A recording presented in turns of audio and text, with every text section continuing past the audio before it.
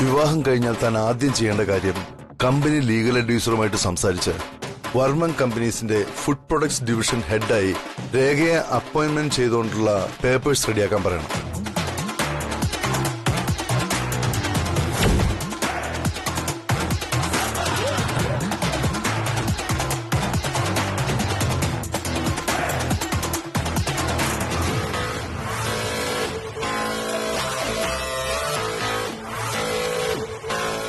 Sandra, മനസ്സിലായോ?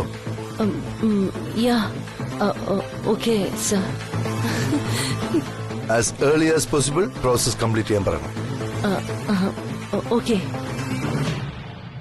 ചേട്ടായി, ഇപ്പൊ ഇത്ര ധൃതിയിൽ ഇത് ചെയ്യേണ്ട കാര്യം എന്താ?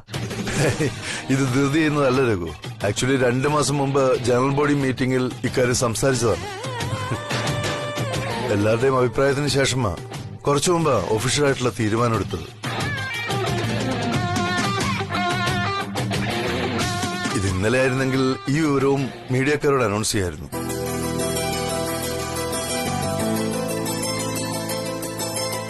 അതൊക്കെ നോക്കി നടത്താനുള്ള പരിചയം രേഖയ്ക്കുണ്ടോ? Of course, she has the ability to do that. നമ്മുടെ ഫുഡ് പ്രൊഡക്റ്റ് ഡിവിഷന് കാര്യപ്രാപ്തിയുള്ള ഒരാൾ അതിന്റെ തലപ്പത്ത് വേണമെന്ന് തോന്നിയമ്മ. നമുക്ക് മറ്റു രാജ്യങ്ങളിൽ നിന്നെല്ലാം നിരവധി ഓർഡറുകളും വരുന്നുണ്ട്. ഫുഡ് ഡിവിഷൻ കൂടുതൽ വിപുലീകരിക്കണം. കൂടുതൽ എംപ്ലോയീസും വേണം. പ്രത്യേകിച്ച് ക്വാളിറ്റി കൺട്രോളിൽ ഒരു വിട്ടുവീഴ്ചയും ഉണ്ടാകാൻ പാടില്ല. അനിയത്തിക്കുട്ടിയുടെ കർക്കശ സ്വഭാവം നമ്മുടെ ഫുഡ് ഡിവിഷന് ഒരുപാട് ഗുണം ചെയ്യുമെന്ന് ഞാൻ വിശ്വസിക്കുന്നു. അതുമല്ല, ഈ വീട്ടിൽ ശ്രീലക്ഷ്മി വന്ന ശേഷം ഒരു ഈഗോ ഉണ്ടാകാൻ പാടില്ല.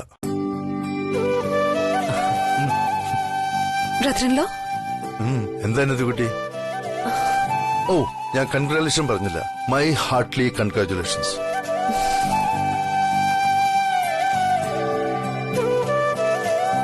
ആ, വിവാഹം കഴിഞ്ഞ അനിയത്തിക്കുട്ടിക്ക് തീരെ സമയം ഉണ്ടാവില്ല. You are always busy. I am sorry brother in law. ഞാൻ ബ്രദറിൻലോയെ വല്ലാതെ തെറ്റിദ്ധരിച്ചു. എന്തിന്? എന്ത് പറ്റി എന്റെ അനിയത്തിക്കുട്ടിക്ക്? അത് ബ്രദറിൻലോ, ഞാൻ ഒന്നുമില്ല രവി. ഇതൊക്കെ കേട്ടപ്പോ എന്ത് പറയണമെന്നറിയാതെ രേഖ മേഡം ഇമോഷണലായി. എന്താ രേഖ മേഡം ഇത്രയ്ക്ക് ഇമോഷണൽ ആവാൻ? ഇവിടെ എന്ത് സംഭവിച്ചു? മാഡത്തിന് അർഹതയുള്ളത് ലഭിച്ചു, അത്രേ ഉള്ളൂ. അതെ, രാജാറാം പറഞ്ഞത് ശരി. ഏയ് അനിയത്തിക്കുട്ടി, cool cool, come on. That's good. ഒരു പുഞ്ചിരി മതി ഏതൊരു വലിയ പ്രശ്നത്തെയും നിസ്സാരമാക്കാം. ഇവരാ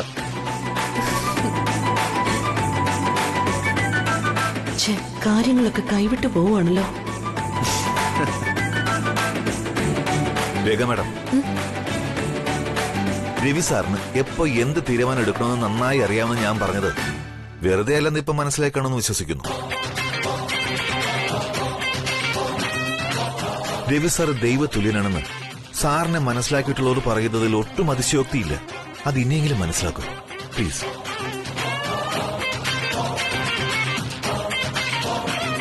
രേഖ, ഞാൻ തന്നോട് പറയാറില്ലേ എന്റെ ചേട്ടായി ഗ്രേറ്റ് ആണെന്ന്? എന്നിട്ട് നീ? I am sorry Raghu.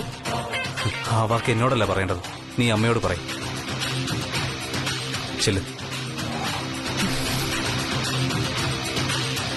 I am sorry mother-in-law.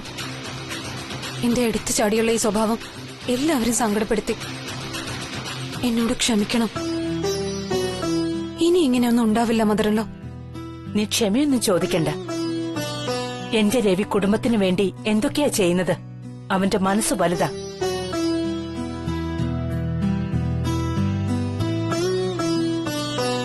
ഇനിയെങ്കിലും അവനെ മനസ്സിലാക്കി അവന്റെ മനസ്സ് വേദനിപ്പിക്കാതിരുന്നാ മതി.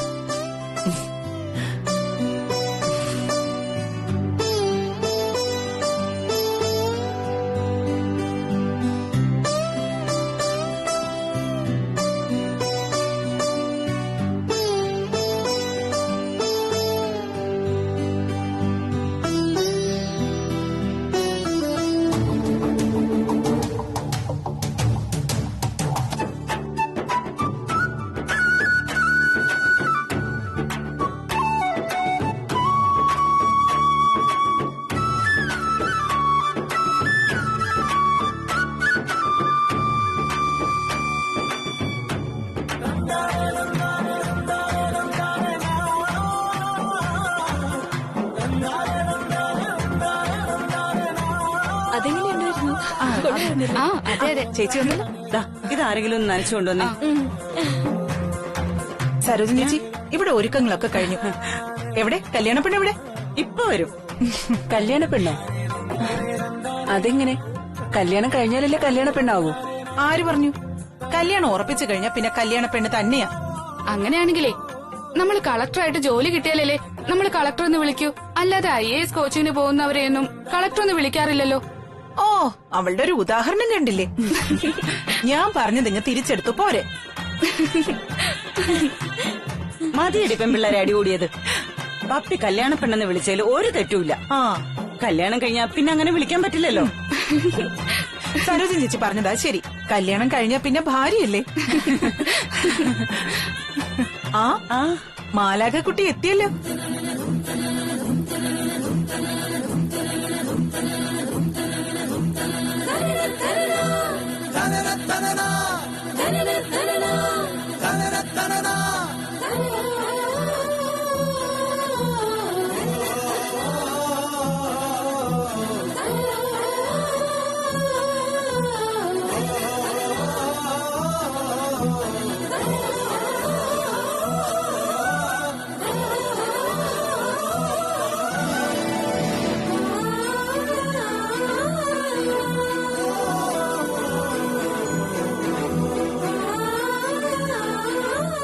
ശ്രീയുടെ മൂത്ത് ഇപ്പോഴേ നാണം വന്നല്ലോ.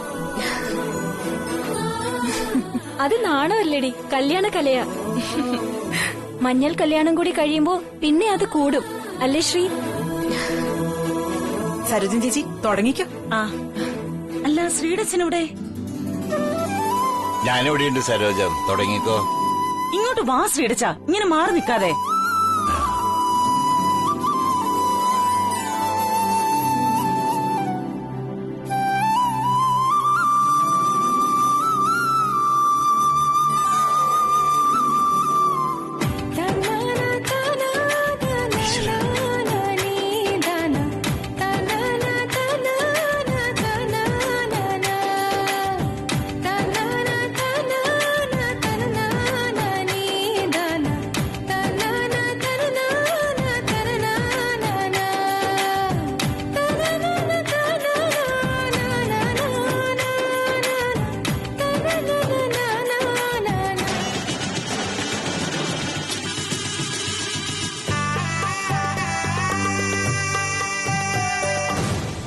എന്തൊക്കെ ആചാരങ്ങളാണോ എന്തോ, മഞ്ഞൾ കല്യാണം പോലും. അങ്ങേർക്ക് ഇതിനൊക്കെ കാശുണ്ട്. ഒരു വെള്ളവടി പാർട്ടി നടത്തിയിരുന്നെങ്കിൽ നമുക്കും കൂടായിരുന്നു. എവിടെ?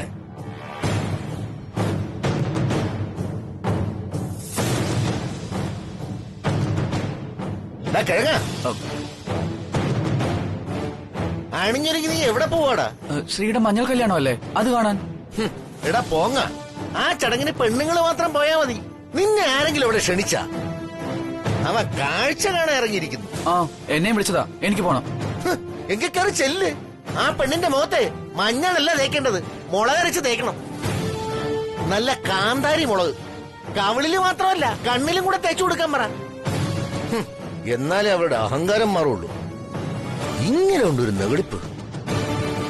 അച്ഛനും വിളിക്കാൻ തന്നെ അസൂയ അച്ഛനും. ഞാൻ കേട്ടു, നീ കല്യാണം കൂടിയിട്ടെങ്കിൽ വാ, സദ്യ ഞാനിവിടെ ഒരുക്കി വെച്ചേക്കാം. ഗുരുത്വദോഷി.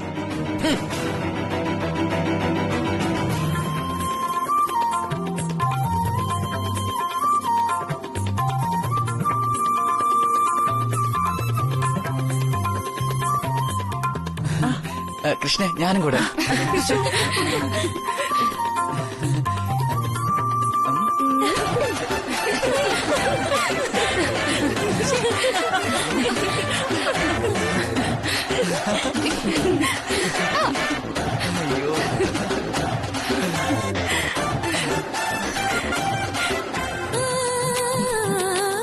ഇപ്പൊ രവി സാറും കൂടി ഇവിടെ ഉണ്ടായിരുന്നെങ്കിൽ എന്ത് രസായിരുന്നേനെ.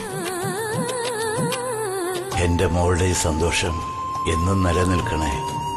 മോൾക്കൊരാപത്തും വരുത്തരുതേ.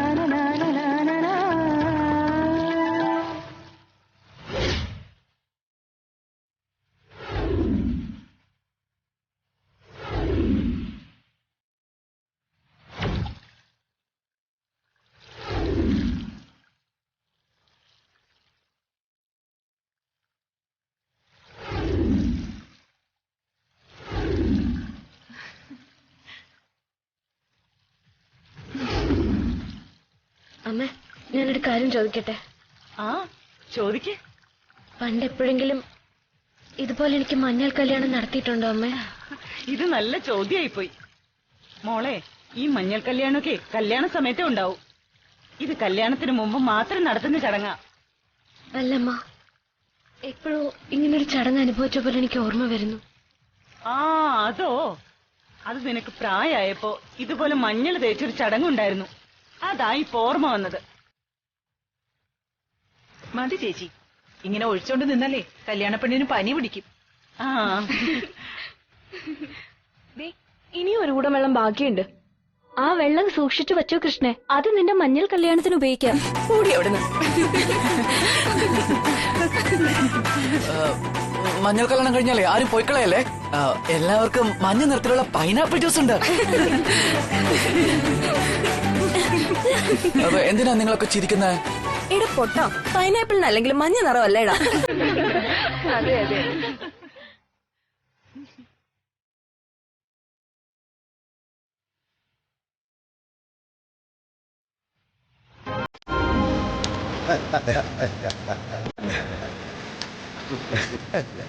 കൊള്ളാം. ഈ സാന്ദ്ര ഒരു മിടുക്കി കുട്ടിയാണല്ലോ. രവിചന്ദ്രവർമ്മന്റെ വിവാഹം നടത്താൻ രാജനന്ദിനി വിലാസത്തിൽ താമസമാക്കിയിട്ട് അത് മുടക്കാൻ അടിയൊഴുക്ക് നടത്തും. അപാര ധൈര്യം തന്നെ. താൻ പറയുന്നതൊക്കെ സത്യമാണെങ്കിൽ ഈ സാന്ദ്ര നമുക്ക് വേണ്ടപ്പെട്ട ഒരാളാണെന്ന് ഞാൻ പറഞ്ഞു. നമുക്ക് ഉപയോഗപ്പെടുത്താം അവളെ. സത്യമാണ് സർ.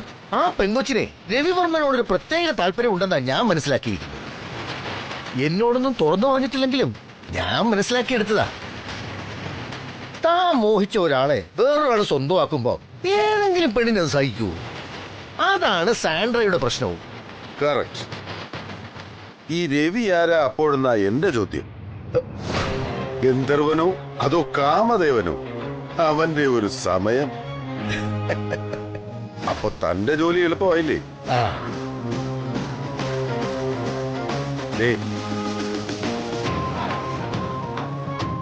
ഇത് നൈസായിട്ട് സാന്ദ്രയെ ഏൽപ്പിച്ചാൽ മതി. ബാക്കി അവള് തന്ത്രപൂർവ്വം ചെയ്തോളൂ.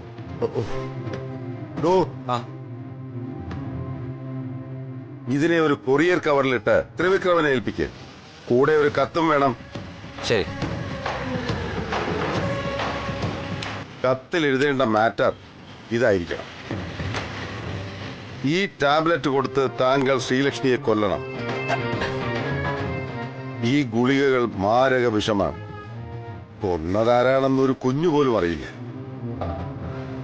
ശ്രീലക്ഷ്മി മരിച്ചാൽ താങ്കൾക്ക് കിട്ടാൻ പോകുന്ന സൗഭാഗ്യം എന്താണെന്നറിയാമല്ലോ. താങ്കൾ മോഹിച്ച ആ ഗന്ധർവനെ തന്നെ. പിന്നെ ദയവ് ചെയ്ത് ഈ കത്തെഴുതിയത് ആരാണെന്ന് ആലോചിച്ച് തലപുണ്ണാക്കരുത്. താങ്കളെപ്പോലെ ശ്രീലക്ഷ്മിയോട് പകയും ദേഷ്യവും വിഷമവും ഒക്കെയുള്ള ഒരാളാണെന്ന് മാത്രം കരുതിയാൽ മതി. ഒപ്പ എന്താ, എഴുതാൻ പറ്റുമോ? എഴുതാം. എന്നാ വള്ളി പുള്ളി വിടാതെ എഴുതിക്കൊണ്ടുവാ. ശരി. സാന്ദ്ര നമുക്കിപ്പോ കിട്ടുന്ന ബോണസാണ്. ബോംബ് പോലുള്ള ഒരു അധിക സമ്മാനം. അവളെ വെച്ച് വേണം നമുക്കൊരു കളി കളിക്കാൻ. ശ്രീരാമൻ ലങ്ക ജയിക്കാൻ ഒരു കാരണക്കാരൻ ആരാണെന്നറിയാമോ? വിഭീഷണൻ. സ്വന്തം പാളയത്തിലുള്ള സ്വന്തം ചോരയോടുള്ള വഞ്ചന. ഇവിടെ നമ്മൾ സാന്ദ്രയെ വെച്ച് അതേ കളി തന്നെ കളിക്കും. രവിവർമ്മനെ തോൽപ്പിക്കാം. എന്താ, ഓക്കെ അല്ലേ? ഡബിൾ ഓക്കെയാണ് ജിഡി. നമ്മൾ അവളെ വെച്ച് കളിക്കും ജയിക്കാനായിട്ട്.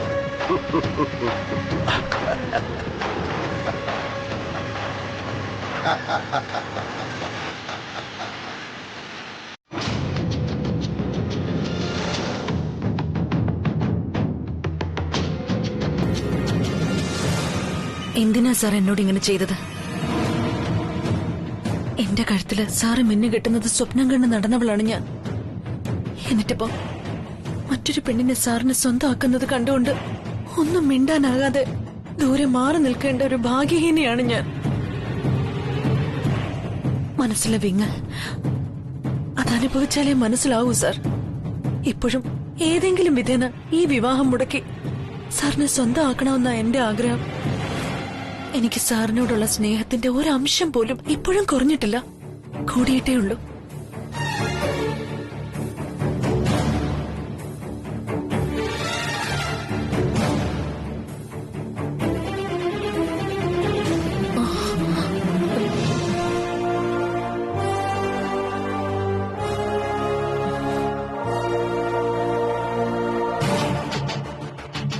എന്താ സാന്ദ്ര, എന്നെ കണ്ട ഉടനെ ഒരു വെപ്രാളം?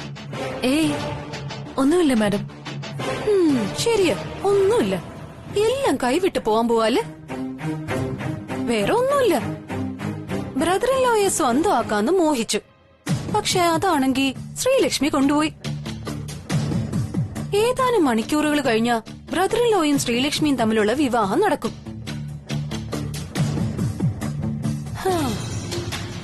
ഇതെല്ലാം തനിക്കും അറിയാം, എനിക്കും അറിയാം.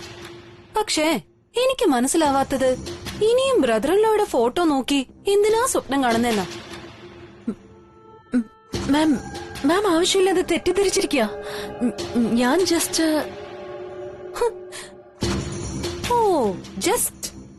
What? Just miss Ravichandravarman, right? എന്തിനാ സാന്ദ്ര ഉരുണ്ട് കളിക്കുന്നെ? തന്റെ പല തരികിട നമ്പറുകളും ഞാൻ അറിയുന്നുണ്ട്. നോക്ക്, തെറ്റുകൾ എല്ലാവരും ചെയ്യും. പക്ഷെ അത് കണ്ടുപിടിക്കപ്പെട്ട പിന്നെ അത് ആവർത്തിക്കാതിരിക്കുന്നതല്ലേ നല്ലത്. അതുകൊണ്ട് തനിക്ക് നന്നാവാൻ ഞാൻ ഒരു അവസരം തരാം. മാം എന്താ പറയുന്നതെന്ന് എനിക്ക് മനസ്സിലാവുന്നില്ല. ഓക്കെ, എനിക്ക് തന്നെ പോലെ വളഞ്ഞ വഴിയൊന്നും അറിയില്ല. ഞാൻ സ്ട്രെയിറ്റ് ആയിട്ട് കാര്യത്തിലേക്ക് വരാം. ശ്രീലക്ഷ്മി ഈ വീട്ടിലേക്ക് എത്തുന്നതിന് മുമ്പ് താൻ ഈ വീട്ടിൽ നിന്ന് സ്വയം ഒഴിഞ്ഞു പോണം. അതിന് ഞാൻ ഈ വീട്ടിലെ വലിഞ്ഞു കയറി വന്നതൊന്നുമല്ല. ഗായത്രി അമ്മ ക്ഷണിച്ചിട്ടാണ് ഞാൻ വന്നത്. പാവം, മദർ ഇൻ ലോയ്ക്ക് ഇത്രയും നാളായിട്ടും തന്റെ തനി സ്വഭാവം മനസ്സിലായിട്ടില്ലല്ലോ. പക്ഷെ തന്നെ ഞാൻ നന്നായിട്ട് മനസ്സിലാക്കിയിട്ടുണ്ട്.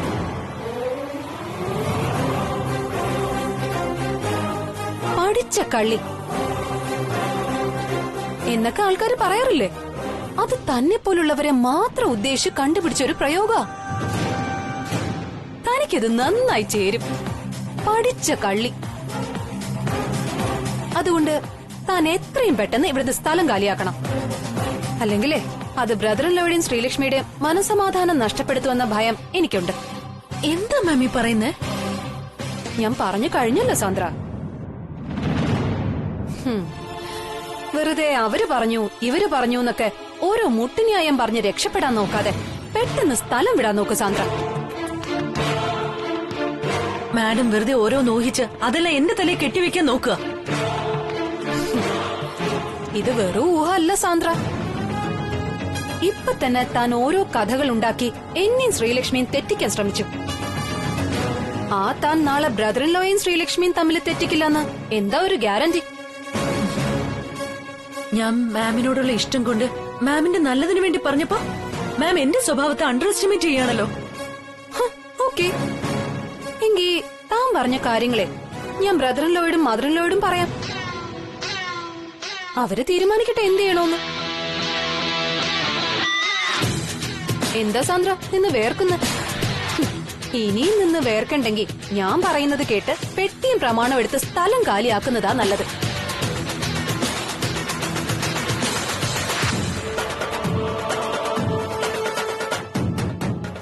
രേഖ എവിടെ? ബ്രദർ ഇൻ ലോയുടെ അടുത്തുണ്ട്. സാന്ദ്ര, മോളെന്താ വല്ലാതിരിക്കുന്നേ? അതോ ഓഫീസിൽ വർക്ക് ലോഡ് കൂടുതലുള്ളതുകൊണ്ട് ഓഫീസിനടുത്ത് ഒരു ഫ്ലാറ്റ് വാടകയ്ക്കെടുത്ത് അങ്ങോട്ട് താമസം മാറുന്നതിനെ കുറിച്ച് എന്നോട് സംസാരിക്കുകയായിരുന്നു. അപ്പൊ ഞാൻ ചോദിച്ചു, പെട്ടെന്ന് അങ്ങനെ പോയാ ഇവിടുത്തെ കാര്യങ്ങളൊക്കെ ആര് നോക്കുന്നു? രേഖ പറയുന്നത് സത്യമാണോ മോളെ?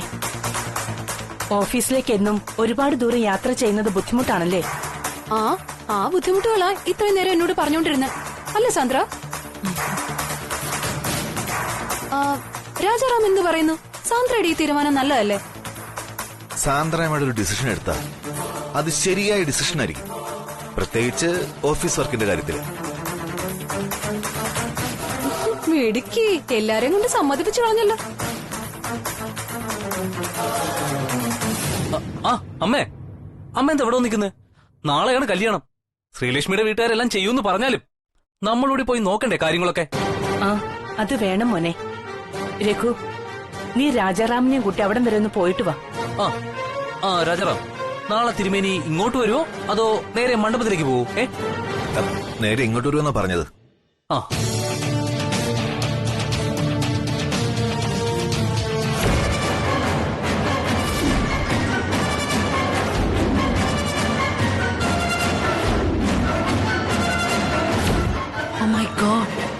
ആ തിരുമേനി എന്നെ തിരിച്ചറിഞ്ഞ ഗായത്രി അമ്മയും രവിവർമ്മൻ സാറും എല്ലാ സത്യങ്ങളും തിരിച്ചറിയും. ഇനിയിപ്പൊ എന്ത് ചെയ്യും?